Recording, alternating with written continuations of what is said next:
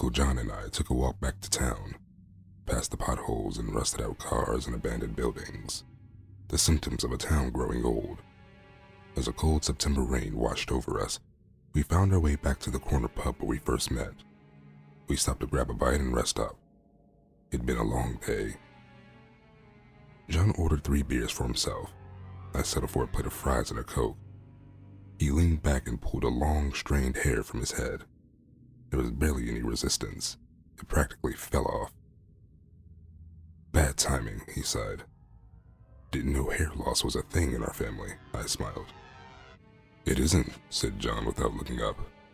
"But as I'm sure you've noticed, I'm not exactly a paragon of health. You've never told me what it does to you, whatever that is." "I didn't? Never." John chugged one of his beers and thought about it for a minute. Once he was sure we were alone, he lowered his voice. "Remember that sludge you got infected with? That was a sort of an unrefined metal goo.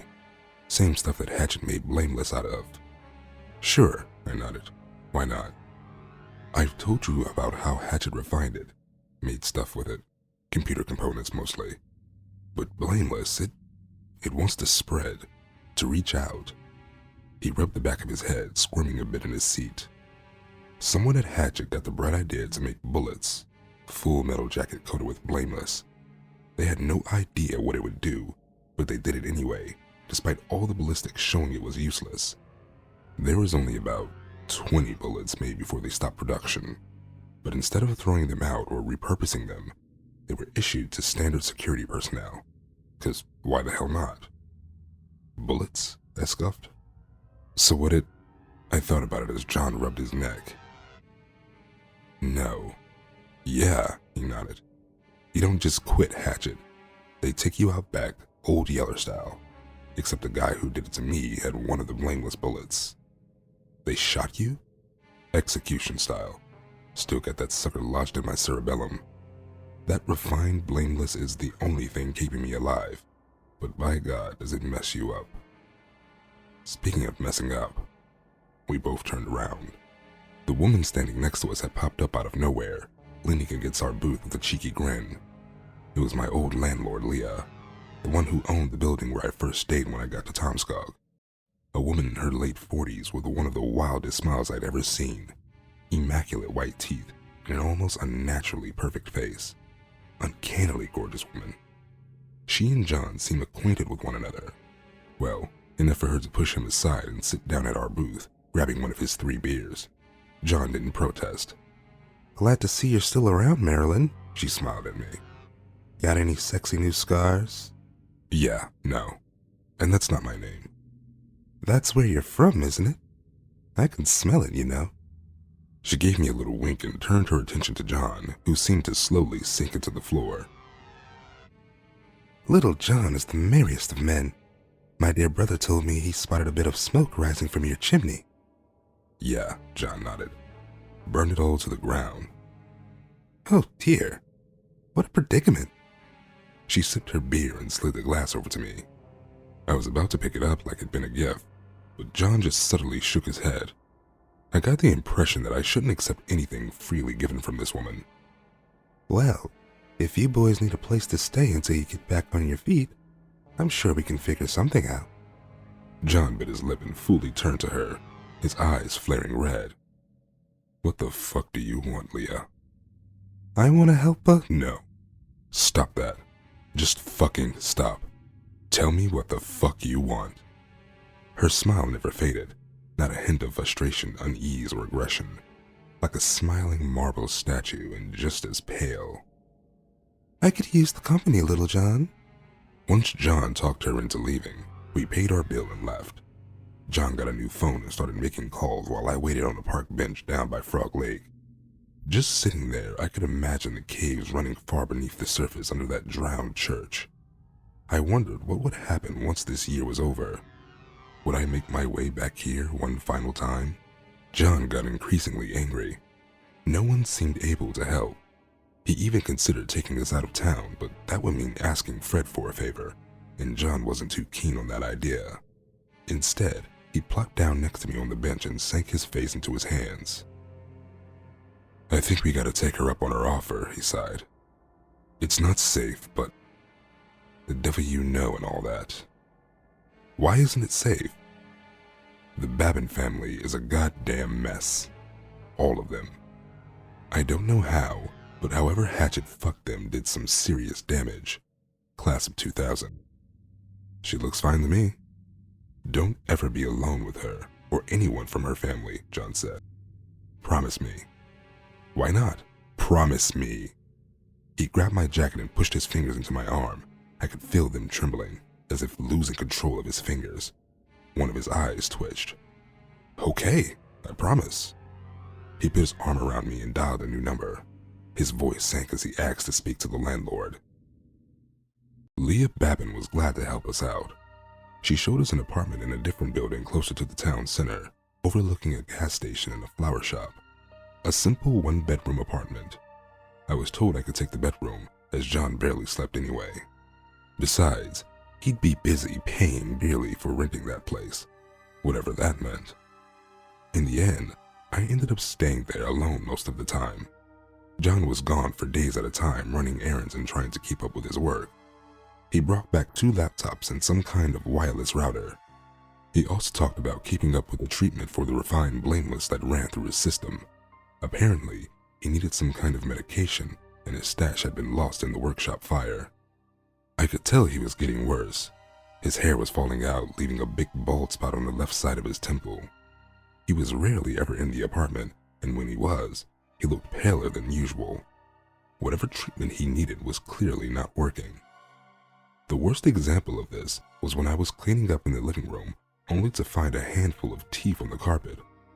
Unless those things grew out of the floor, John was having more trouble than he was letting on. We stayed there all through September, and John's visits grew more infrequent. I had a lot of ideas on how to pass the time, but I ended up staying mostly inside.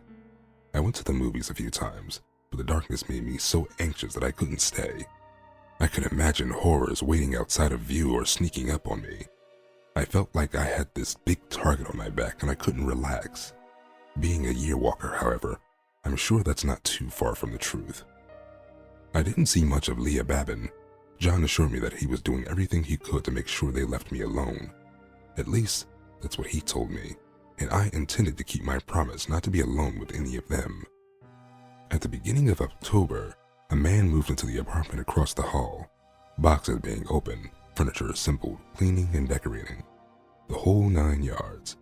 I could smell the moving day pizza through the door. It was only 4 people in total. They all seemed to be friends and in good spirits. It was such a strange thing to see after all these months of living on the edge of a constant panic. Something so normal. And there I was, watching it play out through my peephole, like a fish-eyed TV show. At some point, I could see the 4 of them standing in the hallway talking to one another. Rock, paper, scissors. They seemed a bit anxious. One of them, a young college-aged woman, walked up to my door and rang the bell. She spoke out loud. Hello? Sorry, do you think we could borrow a hammer? These weren't the Babins. These were just people. I hadn't been around regular people in quite some time. Of course they could borrow a hammer. I got to know the 4 of them pretty well. They were all studying to become veterinarians. I didn't even know Tomskog had that kind of program. The guy who moved in was Oliver, and his 3 friends were classmates, Aaron, Vicky, and Kent. Aaron was the friendly smile that lured me out with a hammer in the first place. I ended up helping Oliver move in. I even got a slice of moving day pizza. Over the next week, I met the veterinarians 3 times. I came along to a cafe, we went to the pub, and we took a ride up to Mankato. For a while, I was the nice neighbor, and that was all I wanted to be. Not a Yearwalker, not a Dickman, just me. It was nice to be me for a while. Oliver would knock on my door and just check in on me every now and then. Offer me leftovers, ask if I wanted something from the store. I explained to them that I had a sick uncle who I took care of, just to stop the questions about me staying inside so much. They didn't question it. If anything, they admired me. I was quite fond of Oliver. He had a sad resting face, but a rare smile that could light up a room. He reminded me of Eeyore. Every day at lunch, Oliver would go back to his apartment and get a snack from his kitchen. Sometimes he'd get one for me. It sort of turned into this routine where he'd knock on my door at lunch and I'd walk over and sit with him for a while. Sometimes I'd get a sandwich or a power bar. He'd vent about his studies and the stress of prepping for tests, the intricacies of everything from livestock hoof care to administering the anesthesia to house cats. There was always something going on in Oliver's ordinary world, and even a glance at it gave me ideas of what to do once all of this was over.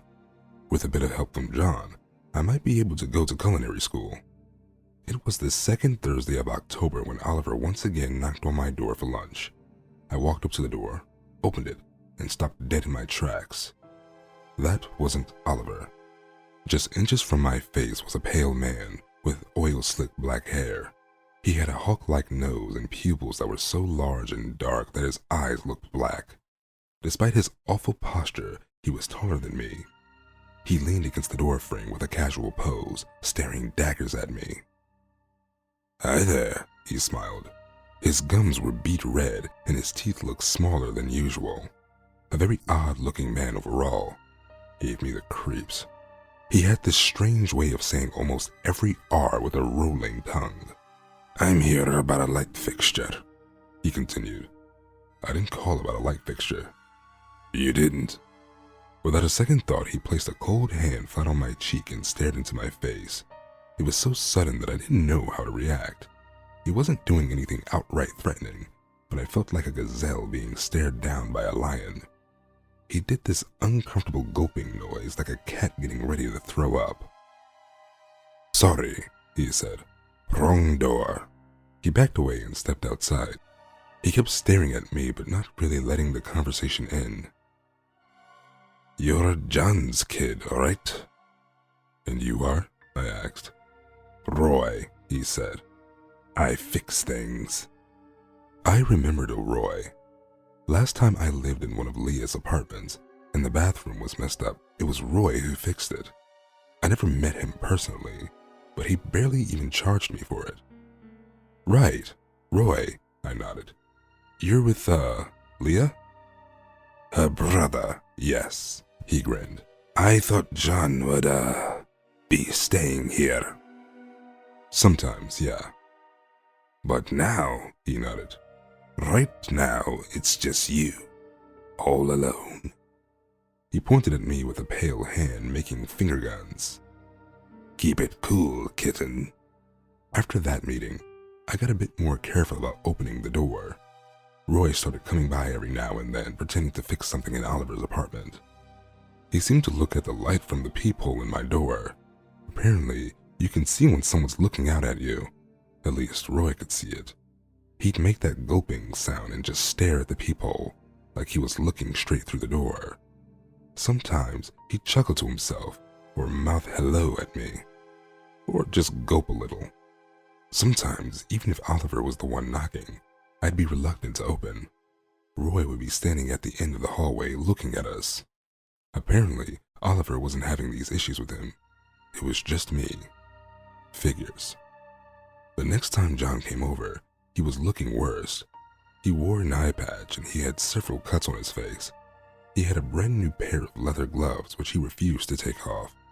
He only stayed for a couple of hours, just enough to check his laptop, chug half a bottle of vodka, and leave. I tried telling him about Roy, but John just shook his head. "He won't touch you," he said. "Leah would tear his goddamn head off." I wasn't convinced. Roy seemed a little bit too eager to get to know me. He'd gotten so bold as to ring the bell at times, making sing-songy demands of letting him in to check the bathroom lights. It was the kind of tone where someone says they're joking, but they're not really joking. I wasn't taking any chances. I knew that I'd walk into that living room to find him there someday, and I didn't like that thought. Not one bit. So I started hiding weapons all over the place. A hammer taped to the bottom of a chair, a knife under the pillow, a crowbar next to the umbrella. I started putting up a chair against the door handle as I slept, so I'd at least delay someone trying to break in. Oliver took notice, and he didn't like it. He insisted I talk to the landlord about it. It was hard to explain why I couldn't and why I wasn't allowed to do so. I could only refer to a vague arrangement with my uncle. Roy didn't care either way, and his excuses were getting more ridiculous. At one point, he didn't even try. He just straight up asked me to let him in, that he wanted to keep me company. One night, he'd been particularly persistent. I propped up pillows in my bed to make it look like I was sleeping, while I actually slept in the bathtub. I woke up to the sound of a key being slid into the door and the chair being carefully pushed aside. The door opened slightly, just enough for him to peek into the living room.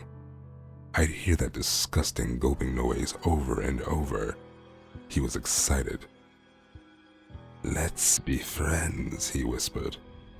"For a while." I decided enough was enough, and the next day I asked to sleep on Oliver's couch. He was confused but didn't seem to mind. It'd be nice to be around a normal person. Later that week, Oliver was having a belated housewarming party. All the other veterinary students were invited, and some of their friends, a little over a dozen people in total. I helped Oliver prep for the party. I could make these insane bacon-wrapped water chestnuts and honey barbecue sauce that was just to die for, and I made a whole tray of them. Oliver put up a little disco ball and shared a public playlist where people could add songs, all in the theme of animals. It wasn't exactly a costume party, but sticking to the theme was encouraged. Oliver, being keenly aware of me calling him Eeyore, made himself a tail with a pink ribbon and a little black tassel at the end. I painted my face with black spots around my eyes and called myself a panda. It was a great party. It was amazing just how many people caught the Eeyore reference. People were getting fun drunk, and not the kind of sad drunk that I was used to. Midnight wine talk in the kitchen drunk. Backslapping I love you man drunk. We had party games, karaoke, and a drinking game.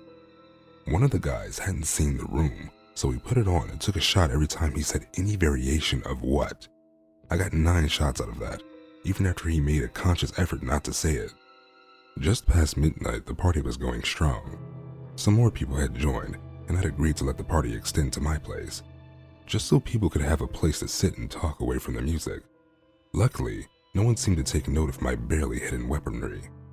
It was in the middle of a conversation with Vicky all the way in the back of Oliver's kitchen when I saw her face suddenly go pale. I turned around only to see Roy standing in the doorway. I'm not sure you're invited, said Vicky, speaking over the music. Roy couldn't hear her and cocked his head to the side like an attentive dog. I'd swear I could hear something crack from his neck. He gulped a little. I couldn't hear the gulp, but I could see it. I knew all too well what it looked like by now. He stepped closer, and Vicky placed herself in between us. She probably heard all about Roy from Oliver. "Hey," she said, "you're not invited and I think you should leave." He took one step further and Vicky put a hand up to stop him. As soon as it touched his chest, he recoiled like he'd been shot. His eyes flared up, going dark, and he made a strange inhaling noise, like an inverse owl screech. He took heavy breaths and looked at Vicky with every little bit of hatred he could muster. I could have sworn he was going to attack her right then and there. Instead, he grabbed the kitchen door handle, tore it out, and dropped it to the floor, all while maintaining his eye contact with Vicky. I could hear people in the other room going quiet, and as Roy backed away, I could tell a line had been crossed. She touched him, and he clearly wouldn't take no for an answer.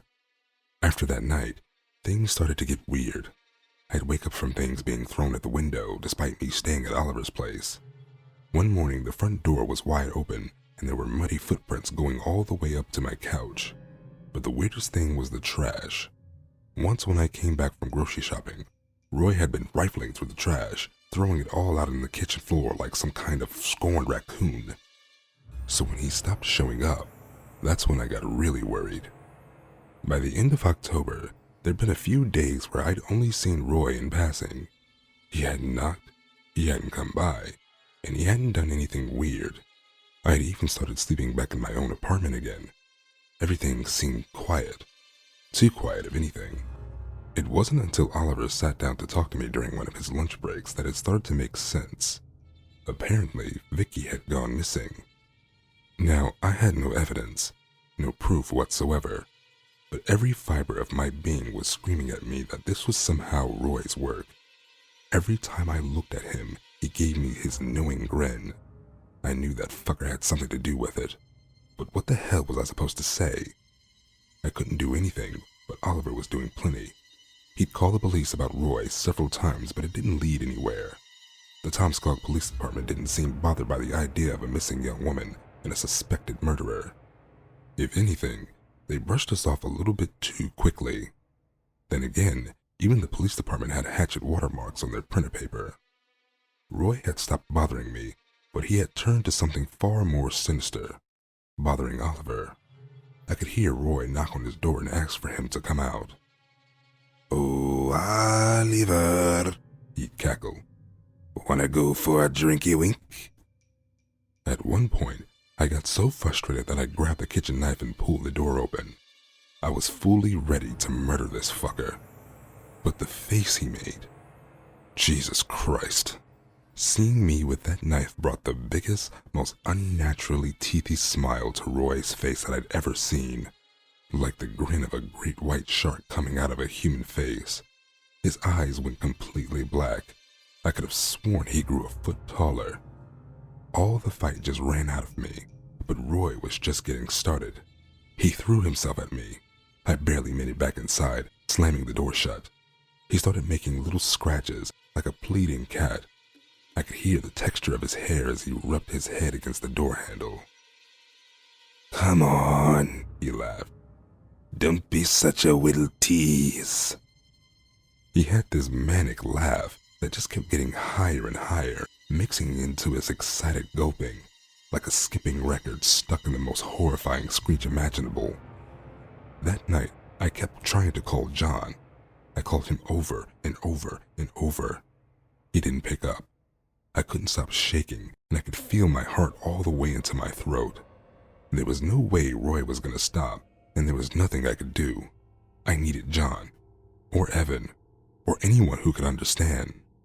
I didn't want to say anything to Oliver or his friends. I didn't want to get them involved. Vicky was already missing, and it was my fault.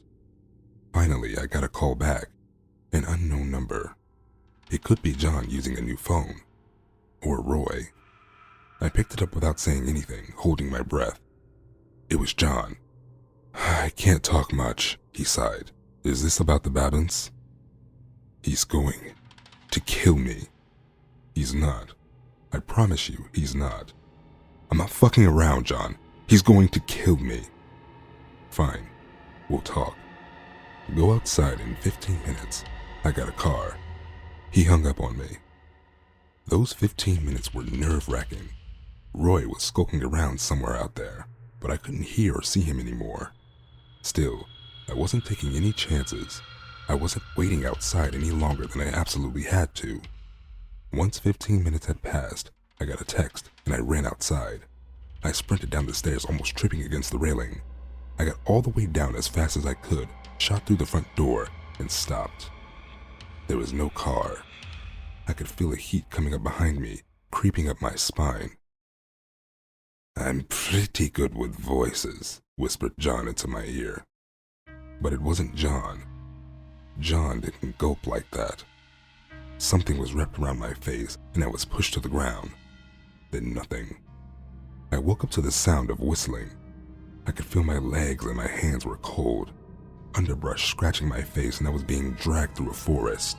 They said I can't do it," Roy muttered. "but I want to do it. I want to do it so bad." Through the haze, I saw black eyes looking down at me, like a pair of blackened full moons. Enormous, looming. I tried grabbing something, but my fingers were too weak. I'd been drugged. "Just a little," he continued. "Nothing too bad. I'm not a monster." There was a clearing. Up on a hill, I could see the outlines of a small building. A shed, perhaps. And even then, in my delirious state, I could smell the most foul odor imaginable. Wet bone, a sickly sweet sinew, and moldy flesh. I barely knew my own name, but every primal instinct in me told me I didn't want to go there. Whatever was over there was death. Certain, irrevocable death. Roy laid me down on my stomach, holding my arm. He playfully massaged my hand. My head happened to be on the side, looking up at him. I couldn't even manage to beg. "I'm glad you came," he smiled. He carefully put my ring finger between his lips, savoring the sensation, and without me feeling a thing, and with no more sound than that of a snapping carrot, he bit my finger off. My mind screamed. I could feel my heart going haywire. I could feel blood rushing out of me, but there was no pain. I knew there should be. My legs flopped, struggling against my interrupted impulses. Roy just carefully stood up, leaned his throat back, and swallowed my whole finger with a gulp. I tried to push myself back. I tried to roll over, to get away, to scream, to do something, but all that came out was a weak groan. Roy looked down on me with this mocking concern on his face. Another one? He smiled. Well, if you insist, kitten. No. It was all I managed to say before he lifted my hand back up towards his mouth. He put my index finger in, but he was too excited. I didn't even feel anything, but I saw him cram my entire hand into his mouth, resting his razor-sharp teeth against my wrist. He was so excited, his eyes were shaking, and he couldn't stop smiling. His body was already gulping, like he was trying to swallow, like a baby bird. No! The words just got him more excited, like a playful animal. He bit down just a little, just to see if I'd feel it. I didn't. He spat me out and got back up. He did a little dance, giddy with excitement. He couldn't stop himself from laughing. This was his domain, and he had no trouble doing whatever he wanted out here, like he'd done to Vicky. Why didn't we do this sooner? He cackled. This is so much fun. He fell back down to his knees, running a finger along my spine. I like marrow the most, he smiled. But just a little. Just enough for you to feel it, kitten. Then he stopped. His eyes sharpened, and he scanned the forest. I could see the trees sway back and forth in the wind and feel that awful smell being whisked away. Something moved in the trees. Roy carefully stood up, slowly looking around, and something swooped down. I didn't see the entire struggle. Roy tripped over me as something slammed into him. There were loud screeches, and I could hear someone being pinned to the ground. There was scratching, grunting, and finally a snap. Then another snap, followed by a tearing sound, like fingers pressing into a ripe orange.